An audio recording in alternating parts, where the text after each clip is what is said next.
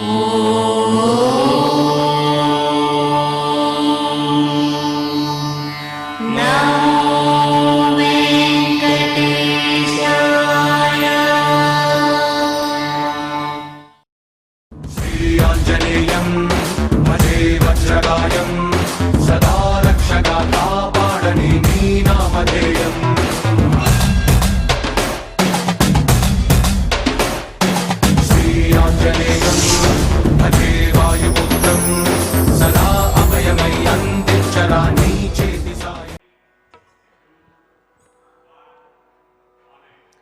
నమో వెంకటేశాయ. శ్రీవారి అనుగ్రహంతో సకల ప్రపంచ ప్రజల యోగక్షేమముల కొరకు తిరుమల తిరుపతి దేవస్థానముల వారు తిరుమల క్షేత్రంలో సాక్షాత్ శ్రీవారి సన్నిధానంలో నాద నీరాజన మండపం ద్వారా నిర్వహిస్తున్నటువంటి అఖండ మహామంత్ర పారాయణ శ్రీవారి అనుగ్రహంతో ఈ రోజున 224వ రోజులో ప్రవేశించాం. అదేవిధంగా అఖండంగా జరుగుతున్నటువంటి శ్రీమద్ సుందరకాండ మహామంత్ర పారాయణ 162వ రోజులో ప్రవేశించాం. ఈ రోజున కార్తీక మాసం శుక్లపక్షం పంచమీ తిథి గురువారం పూర్వాషాఢ నక్షత్రం శ్రీ పద్మావతి అమ్మవారి బ్రహ్మోత్సవాలు పరిపూర్ణమయ్యేటటువంటి 9వ రోజు. అందుకనే ఈ రోజున బ్రహ్మోత్సవ అవభృతం పంచమీ తీర్థం చక్ర స్నానం. ఈరోజు సాయంత్రం ధ్వజావరోహణంతో అమ్మవారి యొక్క కార్తీక బ్రహ్మోత్సవాలు పరిపూర్ణమవుతున్నాయి. అమ్మవారి యొక్క అనుగ్రహం సదా మన ప్రపంచానికి ఉండాలి అని మనమందరం కూడా నిరంతరం ప్రార్థన చేస్తూ ఉన్నాం. ప్రపంచ ప్రఖ్యాతమైనటువంటి పద్మ సరోవరంలో ఎక్కడైతే అమ్మవారు ఆవిర్భవించి పద్మావతి అనేటటువంటి పేరుకి సార్థకత చేకూర్చిందో అటువంటి ఆ కోనేరు ఆ వైభవం అంతా కూడాను అన్నమాచార్యుల వారు, అందుకనే ఆయనకి పదకవితా పితామహుడు అనేటటువంటి సార్థకమైనటువంటి బిరుదు ఉన్నది. ఆయన చక్కగా రచించినటువంటి దేవునికి దేవికిని తెప్పల కోనేటమ్మ అనేటటువంటి పరమాద్భుతమైనటువంటి కీర్తన, ఆ కీర్తనతో ఈనాటి కార్యక్రమాన్ని ప్రారంభం చేద్దాం. అటువంటి సంకీర్తనను శ్రీమతి రావూరి బుల్లెమ్మ గారు ప్రఖ్యాత అన్నమాచార్య ప్రాజెక్టు విద్వాంసురాలు, వారితో కలిసి మనమందరం కూడా ఆలాపన చేసి శ్రీవారిని ప్రార్థించి కోనేటి వైభవము, ఈనాటి ఆ చక్ర స్నానము పంచమి తీర్థము అని ప్రపంచవ్యాప్తంగా భక్తులందరూ కూడా 1000 కళ్ళతో ఎదురు చూసేటటువంటి ఆ పంచమి తీర్థం యొక్క వైభవము, పద్మావతి శ్రీనివాసుల యొక్క అనుగ్రహము, ఇవన్నీ కూడా కీర్తన ద్వారా శ్రీవారి ముందు మనం ఆలాపన చేసి తదుపరి మన యొక్క పారాయణ ప్రారంభం చేద్దాం. ఓం నమో వెంకటేశాయ.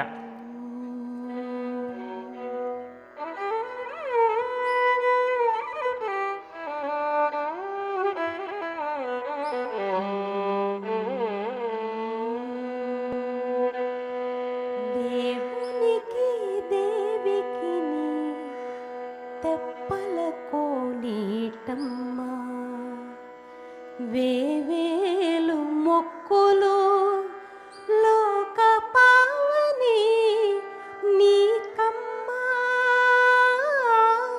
దేవునికి దేవికి తెప్పల కోనేటమ్మ, దేవునికి దేవికి తెప్పల కోనేటమ్మ, వేవేలు మొక్కులు లోక పావని నీకమ్మా, దేవునికి దేవికి తెప్పల కోనేటమ్మ, దేవునికి దేవి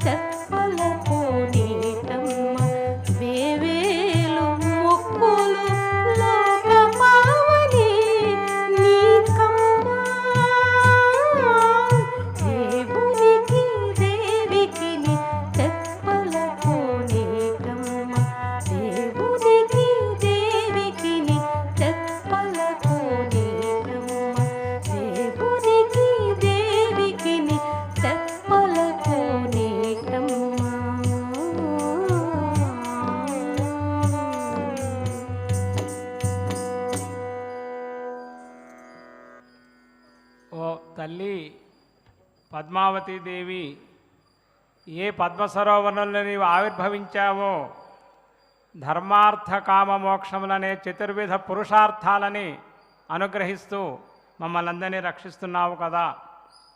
ఋగ్వేద, యజుర్వేద, సామవేద, అథర్వవేదములు అనేటటువంటి 4 వేదములే నీ యొక్క పరిసరాల్లో అంటే నిన్ను పరివేష్టించి ఎల్లప్పుడూ కూడా స్తుతిస్తూ ఉంటాయి.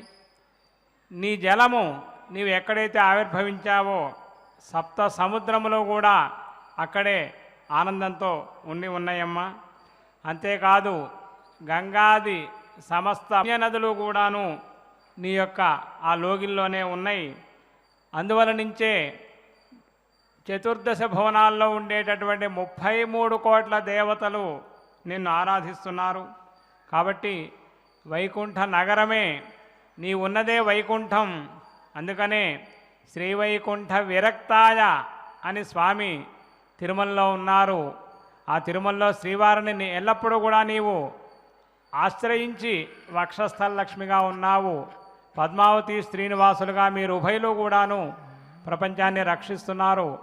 అటువంటి నీ అవభృతోత్సవ శుభవేళ మమ్మల్ని అందరినీ కూడా అనుగ్రహించండి అని అనుగ్రహించవమ్మా అని పద్మావతీదేవిని చక్కగా ప్రార్థించాం.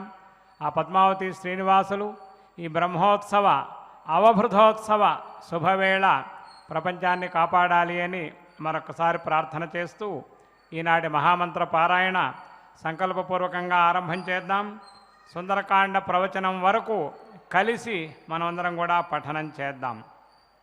గురుర్బ్రహ్మ గురుర్విష్ణు గురుర్దేవో మహేశ్వరః గురుః సాక్షాత్ పరం బ్రహ్మ తస్మై శ్రీ గురవే నమః. శ్రీ వెంకటాచలాధీశం శ్రియాధ్యాసితవక్షసం శ్రితచేతన మందారం శ్రీనివాసమహం భజే. అథ సంకల్పః శ్రీమదాదివరాహ క్షేత్రే విరాజమానస్య అఖిలాండకోటి బ్రహ్మాండ నాయకస్య శ్రీ పద్మావతీ జానేః భగవతః శ్రీ వెంకటేశ్వర స్వామినః సన్నిధౌ ధర్మ విగ్రహస్య శ్రీరామచంద్ర ప్రభోః పాదసేవకస్య హనుమతః ప్రసాదేన అస్మిన్ భువనే విశూచికా క్రిమిజనిత సమస్త దుష్ప్రభావ నిర్మూలన ద్వారా సర్వేషాం ఆస్తిక మహాజనానాం సర్వవిధ సుస్థిరతా సిద్ధ్యర్థం విద్యా విత్త వ్యాపార దేశ రక్షణాది రంగేషు సర్వతోముఖాభివృద్ధి ద్వారా శ్రీరామరాజ్యస్య పునర్వ్యవస్థాపనార్థం సద్భావానాం సత్సంకల్పానాం సత్కార్యాణాం చ సర్వతోముఖ విజయ సిద్ధ్యర్థం భారతవర్షస్య అభివృద్ధౌ నిమగ్నానాం అధికారిణాం సైనికానాం కర్షక వణిగాదీనాం ఉపాధ్యాయ వైజ్ఞానిక వైద్యాదీనాం చ సర్వేషాం సకుటుంబానాం ఆయురారోగ్యైశ్వర్య సద్బుద్ధి ఇత్యాది సర్వశుభఫలప్రాప్త్యర్థం శ్రీరామచంద్ర రూపాంతరస్య శ్రీమద్వేంకటేశ్వర పరబ్రహ్మణః శ్రీమదాంజనేయస్య చ పరిపూర్ణానుగ్రహ సిద్ధ్యర్థం శ్రీమద్వాల్మీకి రామాయణాంతర్గతే సుందరకాండే యథాశక్తి సప్తవింశః సర్గ శ్లోక పారాయణం శ్రీధన్వంతరి మంత్ర పారాయణం తథా శ్రీ వెంకటేశ్వర సహస్రనామ స్తోత్ర పారాయణం చ అన్యోన్య సాహాయ్యేన आचार्यमुखेन करिष्यामहे। श्रीराम प्रार्थना। रामाय रामभद्राय रामचन्द्राय वेधसे रघुनाथाय नाथाय सीतायाः पतये नमः। श्री आञ्जनेय प्रार्थना। गोष्पदीकृतवारासिं मशकीकृतराक्षसम् रामायण महामाला रत्नं वन्दे नीलात्मजम्। श्री वाल्मीकि प्रार्थना। कूजन्तं राम रामेति मधुरं मधुराक्षरम् आरुह्य कविता शाखां वन्दे वाल्मीकि कोकिलम्। श्री हनुमते नमः। अथ सुन्दरकाण्डे सप्तविंशः सर्गः। समाजश्च मया दृष्टो गीतवादित्रनिस्वनः पिबतां रक्तमाल्यानां रक्षसां రక్తవాససాం. నిన్నటి సందర్భంలో విభీషణుడికి సంబంధించినటువంటి కొంత వృత్తాంతాన్ని త్రిజట తన స్వప్నంలో కాంచిన దాన్ని వివరిస్తోంది.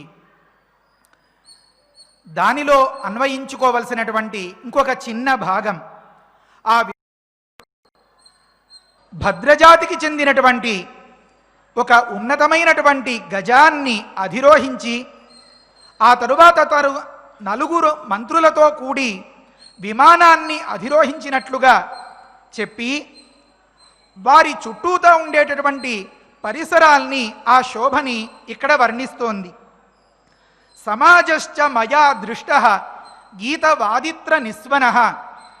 పరమ మంగళకరములైనటువంటి, మనకి రాబోయే కాలంలో జయ సూచకములైనటువంటి ఏ గీతములైతే ఉన్నాయో, రమణీయములైనటువంటి కంటికి ఆహ్లాదకరములైనటువంటి ఏ నృత్యములైతే ఉన్నాయో, ఏ విధమైనటువంటి శబ్దముల చేత మనలో ఒక స్ఫూర్తి, ఒక రకమైనటువంటి ఉత్సాహం కలుగుతుందో అలాంటి ధ్వనుల్ని దుందుభి, భేరి మొదలైన ధ్వనులు అని పిలుస్తారు. అలాంటి ధ్వనులతో కూడినటువంటి ఒక సమాజం, ఒక సముదాయం, ఒక పరివార సేన అంతా నాకు అక్కడ కనిపించింది అని ఆ త్రిజట విభీషణ వైభవాన్ని చూపించింది. ఈ త్రిజటా స్వప్నంలో 3 అంశాలు మనకి కనిపిస్తున్నాయి. ఒకటి రామచంద్ర ప్రభువు యొక్క వైభవం, సీతా వైభవం. ఒకటి రావణాసురుడి యొక్క పరాభవం. మూడవది విభీషణుడి యొక్క వైభవం. ముఖ్యంగా ఈ 3 మాటలు చెప్పేస్తే చెప్పాల్సినటువంటి అంశం పూర్తవుతుంది. కానీ అక్కడి సన్నివేశం ఎలా ఉంది రావణుడు తన ప్రభువు తన ఆజ్ఞ చేత రాక్షసీ స్త్రీలందరినీ ఈ సీతని ఒప్పించండి అని ప్రేరేపించాడు. ఈ ఆజ్ఞ అందిందే తడవుగా ఇదొక అవకాశంగా భావించి వారిలో ఉండేటటువంటి ఆ దుష్ప్రవృత్తిని బయటపెట్టి చాలా గద్దించి, చాలా భర్సనతో చాలా భయపెట్టారు సీతమ్మ వారిని. ఈ స్థితిలో త్రిజటకు కలిగినటువంటి స్వప్నాన్ని వివరించబోతూ ఉంటే ఈ రాక్షసీ స్త్రీలందరిలో కూడా ముఖంలో ఏ విధమైనటువంటి ధైర్యం, అంతకుముందు కనిపించేటటువంటి ఆ ఊపు అదేమీ లేదు. ఒకే ఒక్కటి మరణ భయం. ఆ మరణ భయంలో నన్ను రక్షించేటటువంటి నా నాథుడున్నాడు అనేటటువంటి ధైర్యం తెచ్చుకుంటారేమో, అది పొరపాటు, అది లేనే లేదు అని చెప్తోంది త్రిజట. పిబతాం రక్తమాల్యానాం రక్షసాం రక్తవాససాం. ఈ రక్షసాం అంటే పురుషులైనటువంటి రాక్షసులు అని అర్థం అన్నమాట. రాక్షసీనాం అంటే స్త్రీలైన రాక్షసీగణము అని అర్థం అన్నమాట. కనుక మీరు నమ్ముకున్నటువంటి మీ భర్తలు కూడా ఈ తైలపానం చేస్తూ రావణాసురుడి మాదిరిగా ఎర్రటి మాలలను వేసుకుని బలికి సిద్ధమైనట్లుగా ఎర్రటి వస్త్రాలు కట్టుకున్నటువంటి వారిగా నాకు కనిపించారు, తస్మా జాగృత అని హెచ్చరిస్తున్నట్లుగా ఉందన్నమాట. ఈ విధమైనటువంటి శ్లోకరత్నాన్ని మనం ఆచార్యముఖేన పారాయణం చేసుకుందాం. సమాజశ్చ మయా దృష్టః గీతవాదిత్ర నిస్వనః మాల్యానాం రక్తమాల్యానాం రక్షసాం రక్షసాం రక్తవాససాం రక్తవాససాం సమాజశ్చ సమాజశ్చ మయా దృష్టః మయా దృష్టః గీతవాదిత్ర గీతవాదిత్ర నిస్వనః నిస్వనః పిబతాం పిబతాం రక్తమాల్యానాం రక్తమాల్యానాం రక్షసాం రక్షసాం రక్తవాససాం రక్తవాససాం లంకాచేయం పురీ రమ్య సవాజిరథకుంజరా సాగరే పతితా దృష్ట భగ్న గోపురతోరణ. మా వాళ్ళందరూ పోతే పోని మనం నమ్ముకున్నటువంటి దుర్భేద్యమైన ఈ లంకా నగరం ఉంది కదా అని అనుకుంటారేమో, అది కూడా లేదు అని తేల్చేస్తోంది త్రిజట. ఇయం పురీ ఒక పట్టణం అన్నమాట. అందరూ దాంకోవడానికి చాలా సులువుగా ఉండేది. తరువాత రమ్య ఎంతో రమణీయమైనది. సవాజి రథకుంజర, ఇందులో ఉండేటటువంటి సేనలు గొప్ప గొప్ప బలగం అంతా ఉంది. గొప్ప గొప్ప మహాశ్వాలున్నాయి, గొప్ప గొప్ప మహాగజాలున్నాయి, గొప్ప గొప్ప రథాలున్నాయి. ఆ తరువాత గొప్ప గొప్ప గోపురాలున్నాయి, గొప్ప గొప్ప తోరణాలున్నాయి. ఇవన్నీ రావణాసురుడు యొక్క బలానికి సంకేతం అన్నమాట. ఇదంతా కూడా ఒకానొక సందర్భంలో మనం ఒక ఉదాహరణ పోల్చుకుంటే, ఒక రైల్వే స్టేషన్లో ఒక ప్లాట్ఫామ్ మీద ఆ అమ్ముకునేవాడికి తెలియకుండా ఏదో దొంగతనంగా కొంత పదార్థం పట్టుకెళ్ళిపోవాలి అనుకున్న ఒకడు గబగబా పేపర్లో కాస్త చట్నీ వేసేసుకుని కాస్త ఇడ్లీ వేసేసుకుని పరిగెత్తుకు పోతూ ఉంటే ఈ చట్నీకి నానిపోయిన పేపరు రెండుగా చీలిపోతుంది. అందులో ఉన్న ఇడ్లీలన్నీ ప్లాట్ఫామ్ మీదే పడిపోతాయి. ఏ విధంగా దుర్బుద్ధితో ఆర్జించినటువంటి సంపద, ధర్మం అనేటటువంటి ఒకానొక రక్షణ కవచం లేదో అప్పుడు ఇదే మాదిరిగా జారిపోతుంది. మన శక్తియుక్తులు ఏవి అక్కడ పనిచేయవు అని హెచ్చరిస్తోంది త్రిజట ఈ శ్లోకం చేత. దీనివల్ల లంకాపురం అంతా సముద్రంలోకి జారిపోయింది అని చెప్పిందనమాట. ఈ శ్లోకరత్నాన్ని మనం పారాయణం చేసుకుందాం. లంకాచేయం లంకాచేయం పురీ రమ్య పురీ రమ్య సవాజిరథ సవాజిరథ కుంజరా కుంజరా సాగరే సాగరే పతితా దృష్ట పతితా దృష్ట భగ్న గోపుర భగ్న గోపుర తోరణ తోరణ లంకాచేయం లంకాచేయం పురీ రమ్య పురీ రమ్య సవాజిరథ సవాజిరథ కుంజరా కుంజరా సాగరే సాగరే పతితా దృష్ట పతితా దృష్ట భగ్న గోపుర భగ్న గోపుర తోరణ తోరణ లంకా దృష్టా మయా స్వప్నే రావణేనాభిరక్షిత దగ్ధా రామస్య దూతేన వానరేణ తరస్వినా. సముద్రంలోకి జారిపోయింది అని ఇంతకు ముందు మాటలో మనం గమనించాం. అయితే జారిపోతున్న దాన్నే పట్టుకుని వెళ్ళాడదాం అనేమైనా మీరు కాస్త ధైర్యం తెచ్చుకుందాం అనుకుంటున్నారేమో, ఆ అవకాశం కూడా లేదంటోంది త్రిజట. ఏమిటంటే, స్వప్నే నా కలలో లంకా దృష్ట, లంకను కాంచేను, లంక కనపడింది అంది.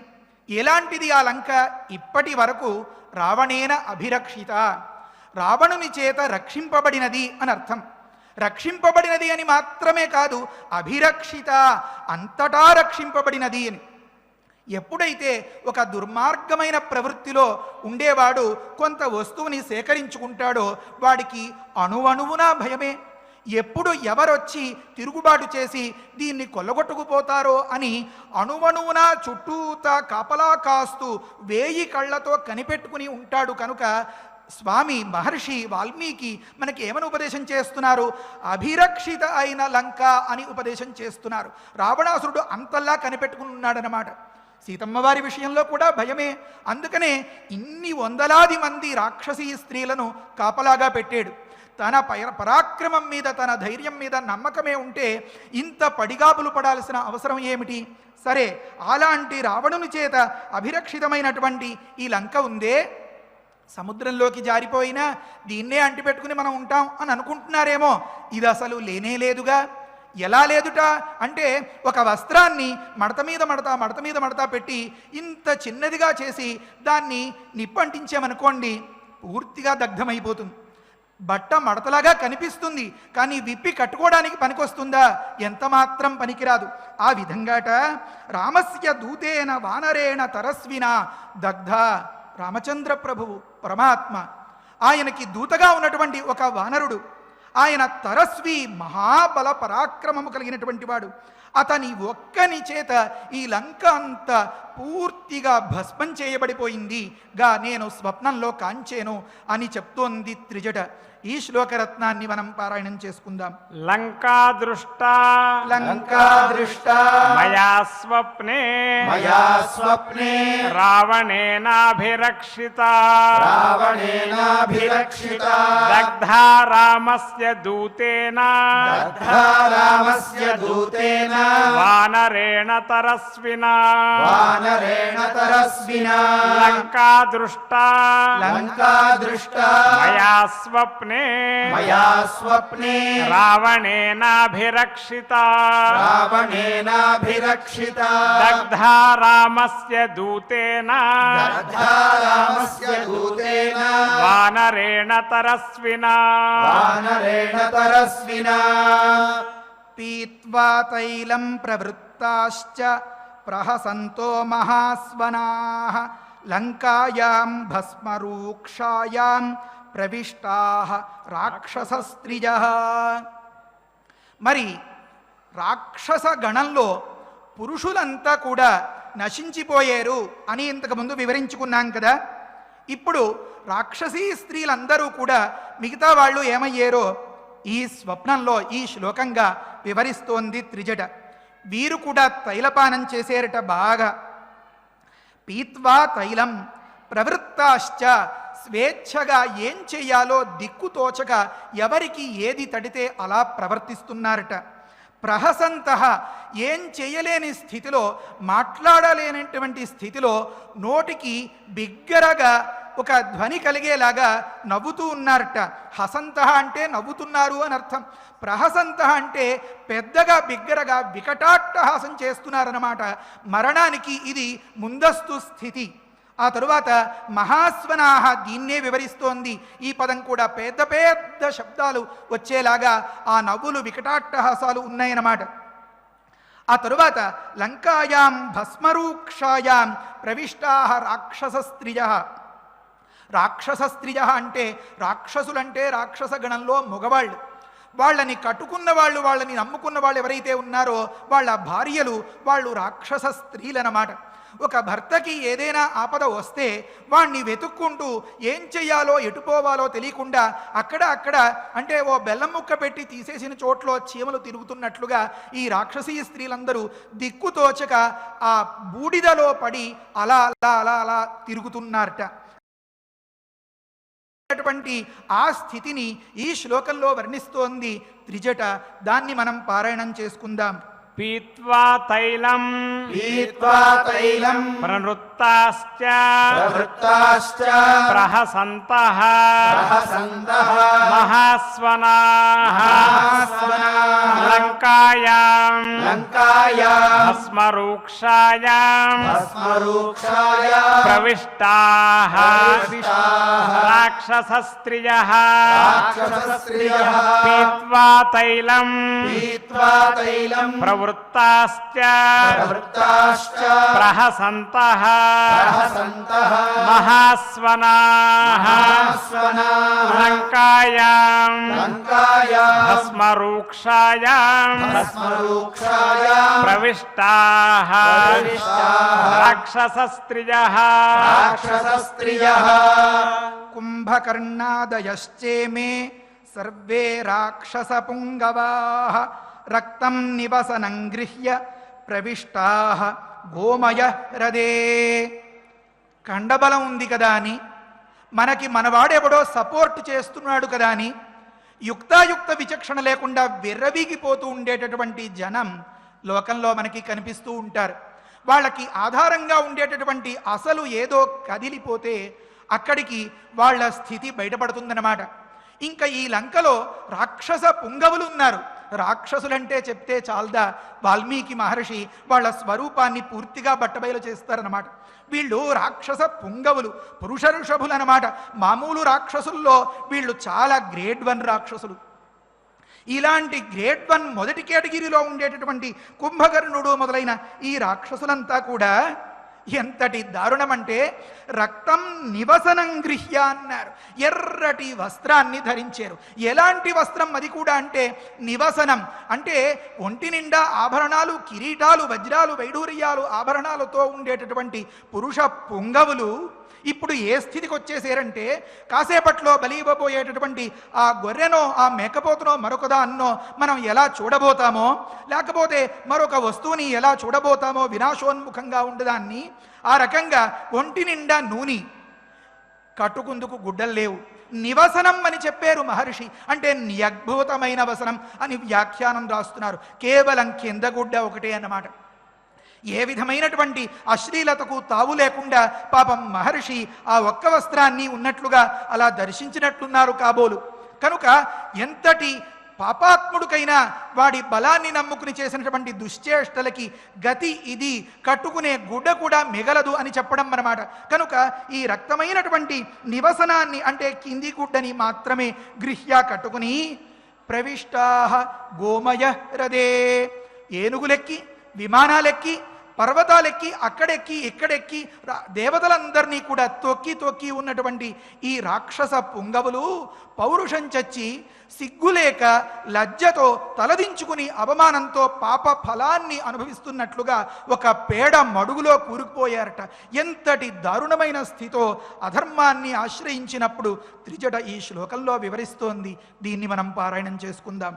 కుంభకర్ణాదయశ్చేమే కుంభకర్ణాదయశ్చేమే సర్వే సర్వే రాక్షసపుంగవాః రాక్షసపుంగవాః రక్తం నివసనం రక్తం నివసనం గృహ్య గృహ్య ప్రవిష్టాః ప్రవిష్టాః గోమయహ్రదే గోమయహ్రదే కుంభకర్ణాదయశ్చేమే కుంభకర్ణాదయశ్చేమే సర్వే సర్వే రాక్షసపుంగవాః రాక్షసపుంగవాః రక్తం నివసనం రక్తం నివసనం గృహ్య గృహ్య ప్రవిష్టాః ప్రవిష్టాః గోమయహ్రదే గోమయహ్రదే అపగచ్చత నశ్యధ్వం సీతామాపసరాఘవః ఘాతయేత్ పరమామర్షి సర్వైః సార్ధం హి రాక్షసైః. ఈ శ్లోకాన్ని వివరించుకునే ముందు 2 మాటలు చెప్పుకుందాం. ఇంతకు ముందు వానరుడు ఒకే ఒక్కడు రామచంద్ర ప్రభువు యొక్క దూత ఈ లంకనంతని దగ్ధం చేసినట్లుగా కాంచాను అని చెప్పింది త్రిజట. ఇది భావి సూచన. ఇది ఎవరి కోసం చెప్పిందనుకోవాలి? ఈ రాక్షసీ స్త్రీలు తెలుసుకునేలాగా. అది ఒక్కటే ప్రయోజనం కాదు. మరి సీతమ్మ వారు తెలుసుకునేలాగా అది మాత్రమే ప్రయోజనం కాదు. మరి ఇంకొకరున్నారు, చెట్టు మీద ఉన్న హనుమ. హనుమకి పరమాత్మ భావిని సూచించడానికి తన కర్తవ్యోపదేశాన్ని త్రిజటా స్వప్న అంతర్గతంగా ఈ మాటతో వివరిస్తున్నారన్నమాట. వ్యాఖ్యాతలు చెప్తారు, దీని బలంతోనే తన కర్తవ్యాన్ని తెలుసుకుని తగినంత సందర్భంలో హనుమ లంకాదహనం చేశారు. దీనికోసమే చూచిరమ్మని నా కాల్చి వచ్చాను అనే మాట ఏర్పడిందన్నమాట. ఆ తరువాత ఇంకొక చిన్న సూచన ఏమనంటే, అయ్యా రాక్షసులందరూ దెబ్బతిన్నారు అని చెప్పండి, ఒక్క మాటలో చాలు. కుంభకర్ణాదులందరూ పాడైపోయారని చెప్పండి, ఒక మాటలో చాలు. రావణుడికి గర్భభంగమైందనండి, ఇంతల్లా విడమర్చి కట్టుకునే గుడ్డలు లేక ఒళ్ళంతా నూనె పూసుకున్నారు, మాలలు వేసుకున్నారు అంటే మమ్మల్ని బలి పశువుల్ని చేస్తున్నంత బాధగా ఉంది. ఒక కష్టాన్ని ఒక దయార్ద్ర హృదయం కలిగిన వాడు ఇంతల్లా వివరించి చెప్తూ ఉంటే మా మనస్సులు ఎలా తట్టుకోగలవండి అని అనుకుంటారేమో. ఈ శ్లోకాల్ని పారాయణం చేస్తే మాకేదో పుణ్యం వస్తుంది అని గుచ్చి మళ్ళీ 2 సార్లు చెప్పిస్తారేమండి అని అనుకుంటారేమో. మహాజనులారా, మహర్షి మనయందు ఎంతో దయకలవాడు. ఇది మంచిరా చేయండిరా అని చెప్పి వేదం చెప్తూ ఉంటే మనకి ఎక్కడా చేయబుద్ధి కాదు. 365 రోజుల్లో మొదటి రోజు నుంచి పాఠం చదవండిరా అమ్మ నాన్న గురువు చెప్తే మనం చెయ్యం. లేవండ్రా పెంద్రాళే లేవం, రాత్రి పెంద్రాళే పడుకోండిరా పడుకోం. ఒక్కొక్క ఫోన్లోనూ 2 వాట్సాప్ నెంబర్లు ఉండేలాగా ప్రయత్నిస్తూ ఉంటాం. అంత హడావిడితో మునిగిపోయి కర్తవ్యాన్ని మరిచిపోయినటువంటి మనకి ఏదో ఒక విధంగా కర్తవ్యోపదేశం చేయాలని ఆ తల్లి, తండ్రి, గురువు, కన్నవాళ్ళు మనయందు ఆదరంతో ప్రయత్నం చేస్తూనే ఉంటారు. మన అందరి యందు, జీవకోటి యందు అంత ఆదరం కలిగినటువంటి మహర్షి ఈ శ్లోకాల్లో మనకేం సందేశం ఇస్తున్నాడో ఒక్కసారి ఆగి ఆలోచించండి.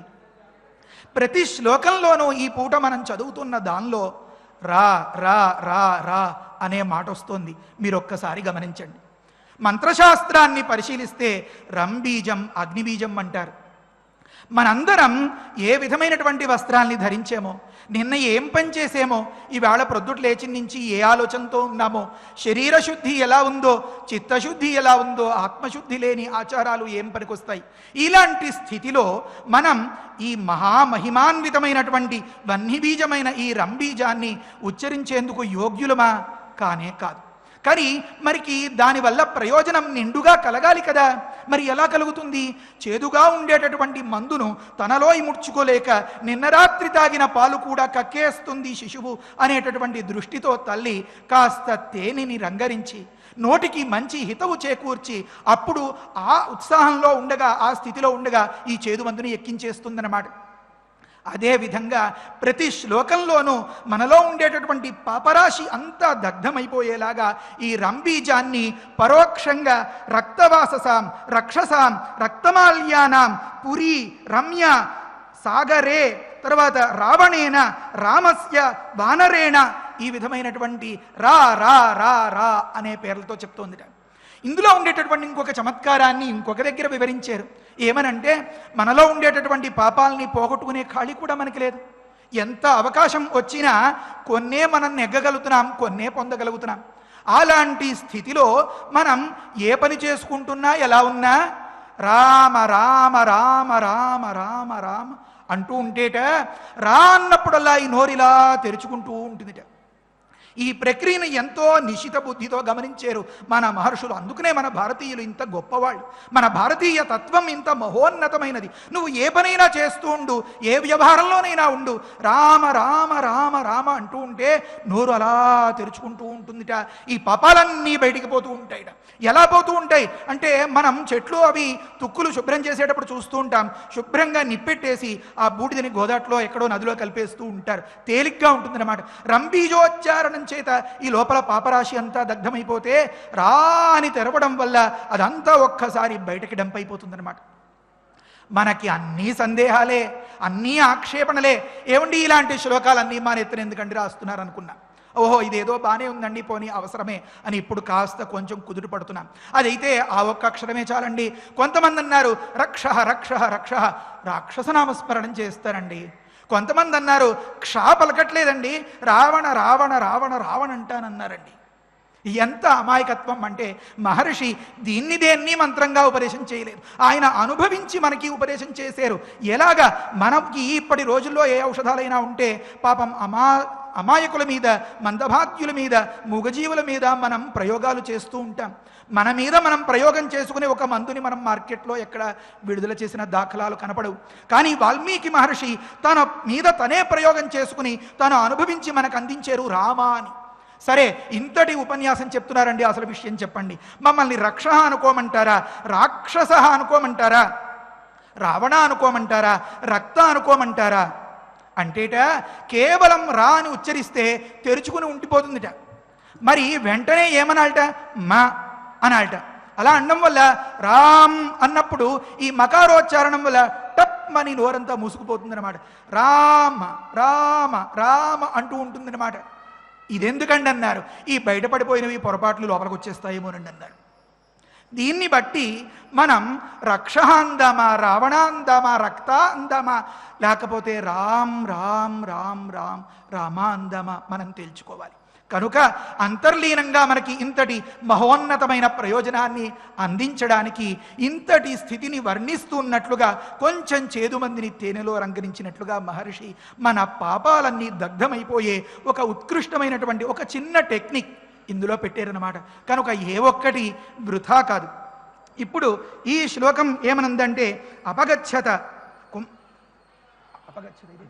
అపగచ్చత నశ్యధ్వం సీతామాప సరాఘవ అంది త్రిజట. పొండిక్కడి నుంచి వెంటనే తొలగిపోండి అంది. అపగచ్చత, గచ్చత అంటే వెళ్ళండి, అపగచ్చత తొలగిపోండి, పొండి అవతలికి పోండి అని. ఎందుకని? చాలా వేగంగా జరగాల్సిన పని. ఇంకొక క్షణం ఇక్కడ ఉంటే మీ బుద్ధి ఎడిపోతుందో, ఇంకేం తప్పు చేయాల్సి వస్తుందో. ఆ తరువాత నశ్యత్వం, ఇది ఇంకా విలువైన మాట. నశ్యత్వం అంటే చచ్చిపోండి అని అనుకుంటారు అందరూ. పొరపాటు, అలా కాదు. ఏ ఒక్కరి యొక్క ప్రాణాలు పోవాలని కోరుకోమని మహర్షి వాల్మీకి త్రిజట ద్వారా మనకి ఉపదేశం చెయ్యరు. మరేమంటారు అంటే అసలైన అర్థం ఉంది. నశ అదర్శనే అనే ధాతువని పాణిని మహర్షి చెప్పారు వ్యాకరణంలో. కనిపించకుండా పోండి, దాంకోండి, మీ ప్రాణాలు రక్షించుకోండి అని పాపం త్రిజట చెప్తోందన్నమాట. అపగచ్చత నశ్యధ్వం, ఎందుకని అంటే సీతామాపస రాఘవ, ఆ రాఘవుడు రఘుకులమునకు ఉద్ధారకుడైనటువంటి ఏ ప్రభువు అయితే ఉన్నాడో అతడు సీతను ఖచ్చితంగా పొంది తీరుతాడు, ఇందులో సందేహం లేదు. ఘాతయేత్ పరమామర్షి, వస్తే రాని, రాముడు వచ్చాడు, సీతంతే ఇష్టం, ఆ మోజు మీద మక్కు మీద తీసుకెడతాడు అనుకోండి, మాకేమైంది అంటే పరమ అమర్షి, ఎంత మాత్రం తప్పుని సహించినటువంటి ఆ రామచంద్ర ప్రభువు ఘాతయేతు, ఒక్కొక్కడికి వెతికి వెతికి వెతికి వెతికి మరణాన్ని కలిగిస్తాడు. కనుక ఎంత మాత్రం ఒక్క క్షణం కూడా ఇక్కడ ఉండద్దు అన్నాడు. సర్వై సార్థం హి రాక్షసై, మళ్ళీ మీ భ్రమలో మా మొగుళ్ళు ఉన్నారు, మమ్మల్ని కాస్తారు, వాళ్ళకి ఇంత కండలు అంతంత ఘోరలు అనుకుంటారేమో. సార్థం హి రాక్షసై, మీ మొగుళ్లతో కలిపి మిమ్మల్ని బాధేస్తాడని చెప్పింది త్రిజట. కనుక ఏ విధమైనటువంటి ధైర్యానికి అవకాశం లేదు. కనుక వెంటనే ఇక్కడి నుంచి తొలగిపోండి, దాంకోండి అని హెచ్చరిస్తోంది. ఈ ఉపదేశాన్ని మనం ఇప్పుడు పారాయణం చేద్దాం.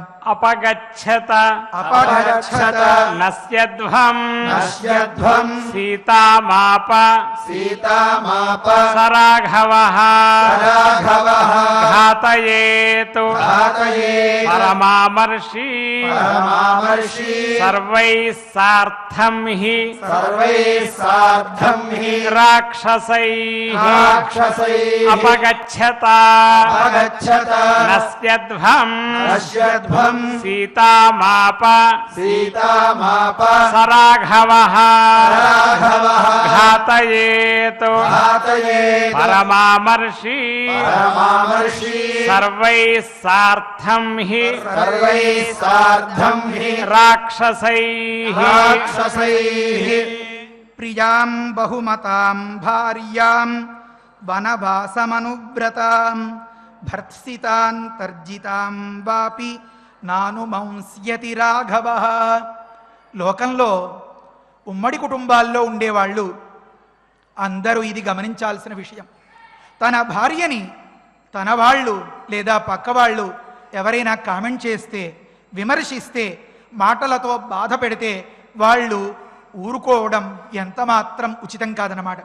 వీడి పెళ్ళాన్ని ఏమీ అనలేని స్థితిలో ఎవరైనా అంటూ ఉంటే వీడికి లోపల ఒక రకమైనటువంటి స్థిమితం అన్నమాట. ఈ విధమైనటువంటి చర్య రామచంద్ర ప్రభు దగ్గర ఎంత మాత్రం లేదు. ఎందుకని? తనకి తన ఇల్లాలంటే ఎంతో అమితమైనటువంటి ప్రీతి. నువ్వు నా కోసమే పుట్టేవు అనేంతటి ప్రీతి అన్నమాట. కనుక ప్రియాం అని ఒక మాట చెప్పారు. ఇంకొక అంశం కూడా మనం చూస్తూ ఉంటాం. లోకంలో తనకి తన ఇల్లాలంటే చాలా ప్రీతి, కానీ చాలా కటువుగా ఉంటూ ఉంటారు కొంతమంది. నేను అదేదో చీర పట్టుకొచ్చాను, అది కట్టుకుని సాయంకాలం 5 అయ్యేసరికి సిద్ధంగా ఉండు, నేను ఎక్కడికో బయటికి తీసుకెళ్ళాలి, అటు ఇటు ఆలస్యం చేయకు అని చాలా కసురుకుంటూ చెప్తూ ఉంటాడు. అంత నీరసమైన మొహం పెట్టుకుని ఉండకపోతే ఏదో కాస్త తిని తాగి ఏడవచ్చు కదా అంటాడు ఒకడు. తలుపులు వేసుకో, లేకపోతే అవి ఇవి వచ్చేసి పిల్లి పాలు తాగేస్తుంది అంటాడు. ఈ మాటలు భార్య మీద ప్రేమతో, పాలు లేకపోతే పాపం కాఫీ తాగడానికి ఉండదు అని ప్రేమతో చెప్తున్నాడా? ఈ చీర కట్టుకుని ఎంతో హుషారుతో సంతోషంగా తనతో వస్తే బయటికి తీసుకెళ్దాం అని ఆదరణతో చెప్తున్నాడా? లేకపోతే నువ్వు కప్పుకోవాలి, లేకపోతే నీకు తుమ్ములు వస్తాయి, జ్వరం వస్తుంది, దగ్గు వస్తుంది అని రాబోయే అనారోగ్యాన్ని ముందుగానే ఊహించి తట్టుకోలేదని చెప్తున్నాడా? మనకి చూస్తే అర్థం కాదు. కనుక ప్రేమ ఉంటే సరిపోదుట పెళ్ళాం మీద, మరి ఏముండాలి అని? బహుమానం ఉండాలిట, గౌరవం ఉండాలన్నమాట. ప్రియాం బహుమతాం, ఇంకా ఎటువంటిది అంటే ఈమె భార్య, పత్ని అని చెప్పొచ్చు కదండి, శ్లోకం పూర్తయిపోతుంది. మహర్షి మనతో ఆటలు ఆడుకోడు. మరి భర్తకి, రామచంద్ర ప్రభువుకి ఇప్పుడు ఈమె పోషించదగినటువంటి వస్తువు అన్నమాట, కాసుకోవాల్సినటువంటి వస్తువు అన్నమాట. ఎందుకని? వనవాసమనువ్రతాం, వనవాసం చేస్తోంది. ఎక్కడో హంసతూలికా తల్పం మీద విశ్రాంతిగా హాయిగా విహరిస్తూ ఉండాల్సినటువంటి స్థితి. ఎంతో జాలిగా ఉంది పాపం రామచంద్ర ప్రభువుకి. అంతేకాకుండా అనువ్రత, నన్ను అనుసరిస్తూ వచ్చింది, నేను కూడా మీతో పాటు వస్తాను, అక్కడ ఇక్కడ చెట్లు పక్షులు పుట్టలు చూస్తాను అని అనకుండా నన్ను అనుసరించి ఉండాలి అని తాత్పర్యం. అలాంటి రామచంద్ర ప్రభువు యొక్క హృదయేశ్వరిని భార్య, ఆమె బహుమత, అత్యంతము సమ్మాననీయమైన గౌరవనీయమైనటువంటి అర్ధాంగి, అత్యంతము ప్రియ ప్రీతిపాత్రురాలు. అలాంటి లోకపావనని పట్టుకుని మీరు ప్రభువు ఆదేశించాడు, అవకాశం వచ్చింది, బలం ఉంది అని ఒళ్ళు తెలియని కోపంతో భర్త్సనం చేశారు, గద్దించారు, నోటికొచ్చినదల్లా మాట్లాడారు, విపరీతమైనటువంటి భాషణలు సంభాషణలు అన్నీ చేసి ఆమె హోరుమని బాధించేలాగా చేశారు. కనుక అలాంటి స్థితిని నానుమంస్యతి రాఘవ, ఆ రాఘవుడు ఎంత మాత్రం సహించబోడు, వెంటనే ఇక్కడి నుంచి పారిపోండి, పొండి తలదాచుకోండి అని చెప్తోందన్నమాట త్రిజట. ఈ శ్లోకరత్నాన్ని మనం పారాయణం చేసుకుందాం. ప్రియాం బహుమతాం భార్యాం వనవాసమనువ్రతాం హర్షితాం తర్జితాం వాపి నానుమంస్యతి రాఘవః. ప్రియాం బహుమతాం భార్యాం వనవాసమనువ్రతాం హర్షితాం తర్జితాం వాపి నానుమంస్యతి రాఘవః. ఈ శ్లోకాలన్నీ అఖండంగా పారాయణ చేసుకుందాం. సమాజశ్చ మయా దృష్టః గీతవాదిత్ర నిస్వనః పిబతాం రక్తమాల్యానాం రక్షసాం రక్తవాససాం లంకా చేయం పురీ రమ్యా సవాజిరథ కుంజరా సాగరే పతితా దృష్టా భగ్న గోపురతోరణ లంకా దృష్టా మయా స్వప్నే రావణేనాభిరక్షితా దగ్ధా రామస్య దూతేన వానరేణ తరస్వినా పీత్వా తైలం ప్రవృత్తాశ్చ ప్రహసంతో మహాస్వనాః లంకాయాం భస్మరూక్షాయాం ప్రవిష్టా రాక్షసస్త్రియః కుంభకర్ణాదయశ్చేమే సర్వే రాక్షసపుంగవాః రక్తం నివసనం గృహ్య ప్రవిష్టా గోమయహ్రదే అపగచ్చత నస్యధ్వం సీతామాపసరాఘవః ఘాతయేత్ పరమామర్షి సర్వైః సార్థం హి రాక్షసైః ప్రియాం బహుమతాం భార్యాం వనవాసమనువ్రతాం హర్షితాం తర్జితాం వాపి నానుమంస్యతి రాఘవః. సుందరకాండే సప్తవింశే సర్గే సప్త శ్లోకాః. వెంకటేశ్వర సహస్రనామ స్తోత్రం వరకు కలిసి పారాయణ చేద్దాం. శ్రీరామస్తుతి ఆపదామపహర్తారం దాతారం సర్వసంపదాం లోకాభిరామం శ్రీరామం భూయో భూయో నమామ్యహం. ఫలశ్రుతిః బుద్ధిర్బలం యశోధైర్యం నిర్భయత్వమరోగితా అజాడ్యం వాక్పటుత్వం చ హనుమత్స్మరణాత్ భవేత్. శ్రీ హనుమతే నమః. అథ ధన్వంతరి ధ్యానం అచ్యుతానంత గోవింద విష్ణో నారాయణామృత. రోగాన్ మే నాశయా శేషాన్ ఆశు ధన్వంతరే హరే. ఆరోగ్యం దీర్ఘమాయుష్యం బలం తేజోధియం శ్రియం. స్వభక్తేభ్యోను గృహంతం వందే ధన్వంతరిం హరిం. ధన్వంతరేరిమం శ్లోకం భక్త్యా నిత్యం పఠంతి యే అనారోగ్యం న తేషాం స్యాత్ సుఖం జీవంతి తే చిరం. ఓం నమో భగవతే వాసుదేవాయ. ధన్వంతరయే అమృతకలశహస్తాయ వజ్రజలౌకహస్తాయ సర్వామయ వినాశనాయ త్రైలోక్యనాథాయ మహావిష్ణవే స్వాహా. ఓం వాసుదేవాయ విద్మహే సుధాహస్తాయ ధీమహి తన్నో ధన్వంతరిః ప్రచోదయాత్.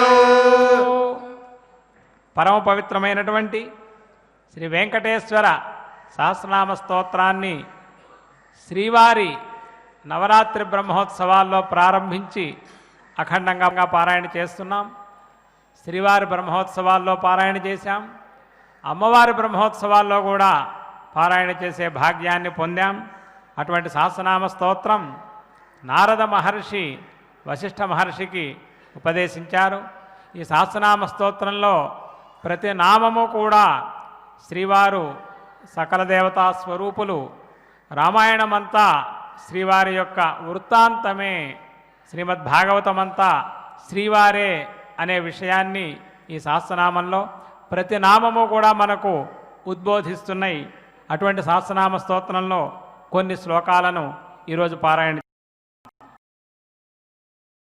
శ్రీ వెంకటేశ్వర శ్రీ వెంకటేశ్వర సహస్రనామ స్తోత్రం సహస్రనామ స్తోత్రం ప్రోల్లసతు ప్రోల్లసతు సురికాభాస్వతు చురికాభాస్వత్ కటిదేశః కటిదేశః శుభంకరః శుభంకరః అనంత పద్మజ అనంత పద్మజ స్థాననాభిః స్థాననాభిః మౌక్తికమాలికః మౌక్తికమాలికః మందార మందార చాంపేయమాలి చాంపేయమాలి రత్నాభరణ రత్నాభరణ సంభృతః సంభృతః లంబయజ్ఞోపవీతి చ లంబయజ్ఞోపవీతి చ చంద్రశ్రీఖండ చంద్రశ్రీఖండ లేపవాన్ లేపవాన్ వరదోభయదః వరదోభయదః చక్రీ చక్రీ శంఖీ శంఖీ కౌస్తుభదీప్తిమాన్ కౌస్తుభదీప్తిమాన్ శ్రీవత్సాంకిత శ్రీవత్సాంకిత వక్షస్కః వక్షస్కః లక్ష్మీ సంశ్రిత లక్ష్మీ సంశ్రిత హృత్తటః హృత్తటః ఇతి శ్రీ వెంకటేశ్వర సహస్రనామ స్తోత్రే శ్రీ వెంకటేశ్వర సహస్రనామ స్తోత్రే త్రయశ్లోకాః. శ్లోకాః. మన శ్రీవారు అఖండ వైభవంతో సర్వాభరణములతో శోభిస్తూ ప్రపంచ ప్రజలందరినీ కూడా రక్షిస్తూ ఉంటారు. సమస్తమైనటువంటి ఆయుధములను కూడా ధరించి ఉన్నారు శ్రీవారు. ఎందుకంటే ఏ భక్తుడికి ఎప్పుడు ఎటువంటి ఆపద వస్తుందో, ఎవరిని గజేంద్రుని వలె రక్షించాలి, ఎవరిని ప్రహ్లాదుని వలె రక్షించాలి, ఎవరిని ధ్రువుని వలె రక్షించాలి, ఎవరిని ద్రౌపదిని వలె రక్షించాలి అనేటటువంటి సిద్ధంగా ఉంటారు రక్షించటానికి. అందువల్ల సమస్త ఆభరణములు ధరించి ఉంటారు, సమస్త ఆయుధములు ధరించి ఉంటారు, సమస్త ఆభరణములు ధరించి ఉంటారు, సకల విధమైనటువంటి పుష్పమాలికలు కూడా ధరించి ఉంటారు. అందుకనే మందార చాంపేయమాలి అని అన్నారు. సకల పుష్పములు ఆయన్ని ఆశ్రయించి ఆ పుష్పములకు సార్థకతను అలంకారాన్ని కూడా పొందుతూ ఉంటాయి. రత్నాభరణ సంభృత, సమస్త రత్నములు కూడాను శ్రీవారిని ఆశ్రయించి ఉంటాయి. చక్కటి యజ్ఞోపవీతాన్ని ధరించి ఉంటారు. ఆ సుగంధమైనటువంటి సుగంధాన్ని ఇచ్చేటటువంటి ఆ గంధాన్ని చక్కగా ఎల్లప్పుడూ కూడా ఒంటి నిండా పూసుకొని ఉంటారు అటువంటి పరమాత్మ. అందుకని ఆయన వరదుడు, అభయదుడు, వరాన్నిచ్చేటటువంటి కోనేటి రాయుడు, అభయాన్నిచ్చేటటువంటి వెంకటపతి. అందుకని ఆయన శంఖి, చక్రి, కౌస్తుభ దీప్తిమాన్ ఆయుధములన్నీ కూడా ధరించి ఎల్లప్పుడూ కూడా పరమ పవిత్రంగా పరమ వైభవంతో ఉంటూ ఉంటారు. శ్రీవత్సాంకిత వక్షస్కః, ఆ వక్షస్థలంలో శ్రీవత్సం అనేటటువంటి ఆ రత్నాన్ని, ఆ మణిని ధరించి ఉంటారు. అక్కడే అమ్మవారు ఉంటుంది. ఎప్పుడు కూడా లక్ష్మీ సంశ్రిత హృత్తట, నిత్యానపాయిని కనుక అమ్మవారు ఆయన రాఘవుడుగా ఉంటే సీతాదేవిగా ఉంటుంది, కృష్ణ పరమాత్మగా ఉంటే రుక్మిణీదేవిగా ఉంటుంది, ఆయన శ్రీనివాసుడుగా ఉంటే పద్మావతిగా ఉండి ఎల్లప్పుడూ కూడా ఆయన హృదయ లక్ష్మిగా ఉండి హృదయ సామ్రాజ్యాన్ని అధిష్ఠించి ఉంటుంది. అందువల్ల లక్ష్మీ సంశ్రిత హృత్తట అనేటటువంటి నామం. అటువంటి శ్రీవారు ప్రపంచాన్ని రక్షించాలి అని మరొక్కసారి ప్రార్థన చేస్తూ నవగ్రహ ప్రార్థనాదులన్నీ కూడాను కలిసి పారాయణ చేద్దాం. అథ నవగ్రహ ప్రార్థన. ఆరోగ్యం పద్మబంధుర్వితరతు నితరాం సంపదం శీతరశ్మిః భూలాభం భూమిపుత్రః సకలగుణయుతాం వాగ్విభూతిం చ సౌమ్యః సౌభాగ్యం దేవమంత్రీ రిపుభయశమనం భార్గవః శౌర్యమార్కిః దీర్ఘాయుః సైంహికేయః విపులతరయశః కేతుః ఆచంద్రతారం అరిష్టాని ప్రణశ్యంతు దురితాని భయాని చ శాంతిరస్తు శుభం మేస్తు గ్రహాః కుర్వంతు మంగళం. అథ క్షమా ప్రార్థనా. యదక్షరపదభ్రష్టం మాత్రాహీనం చ యద్భవేత్ తత్సర్వం క్షమ్యతాం దేవా నారాయణ నమోస్తుతే. అథ భగవత్సమర్పణం. కాయేన వాచా మనసేంద్రియైర్వా బుద్ధ్యాత్మనా వా ప్రకృతే స్వభావాత్ కరోమి యద్యత్ సకలం పరస్మై నారాయణాయేతి సమర్పయామి. అథ మంగళం. శ్రియః కాంతాయ కళ్యాణ నిధయే నిధయేర్థినాం శ్రీవేంకట నివాసాయ శ్రీనివాసాయ మంగళం.